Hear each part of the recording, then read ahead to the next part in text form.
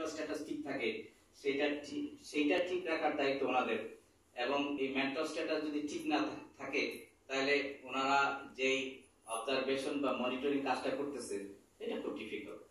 So তো যখন ওনাদের অফিসে থাকে আমার মনে হয় ওনাদের ইয়োগা বেশি দরকার। হ্যাঁ, কারণ বিক্রি কিন্তু সবসময় ঠিক মতো আসে না। যেমন আজকে আমি যদি এখানে ব্লাড প্রেশার চেক করি, অনেকেরই কিন্তু ব্লাড প্রেশার একটু বেশি থাকবে, বিশেষ করে শরীফ সাহেবের ব্লাড প্রেশার একটু বেশি থাকবে। কারণ হলো উনি যেভাবে বসছেন পাটা ভাঁজ করে, এইটার কারণে কিন্তু ব্লাড প্রেশারটা বেশি হয়ে যায়। সো ইয়োগা হলো কিছু পজিশন, আপনার বডির কিছু পজিশন, সেটা যদি আপনি জানেন কিভাবে রাখতে হবে, সো ব্লাড প্রেশারটা নরমাল থাকবে। এবং ব্লাড প্রেশার নরমাল যদি থাকে তাহলে বডির এভরি অ্যাক্টিভিটি ডিপেন্ডস অন কমিউনিকেশনের মাধ্যমে।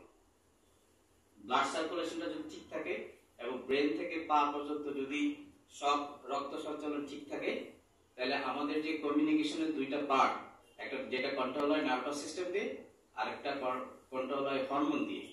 সো ওগুলা ফ্লো গুলা ঠিক থাকে তখন মেন্টাল স্ট্যাটাসও ঠিক থাকে। সো এইটা যদি আমরা জানি কিভাবে পজিশনটা ঠিক থাকতে হয়, আমাদের শরীফ সাহেব এবং ডাক্তার তৈমুর সাহেব আছেন যে মার্কেটের লোকরা যখন কাজ করে কিভাবে তাদের বডির স্ট্যাটাসটা থাকবে, এটা যদি ওনারা ট্রেনিং দিতে পারেন, যে কারণে ইয়োগাটা খুব ইম্পর্টেন্ট, তাহলে মার্কেটের লোক যারা সারাদিন কাজ করতেছে হুন্ডা দিয়ে, সাইকেল দিয়ে, বাসে করে, এবং বডির স্ট্যাটাস যদি ঠিক থাকে তারা উৎফুল্ল থাকবে।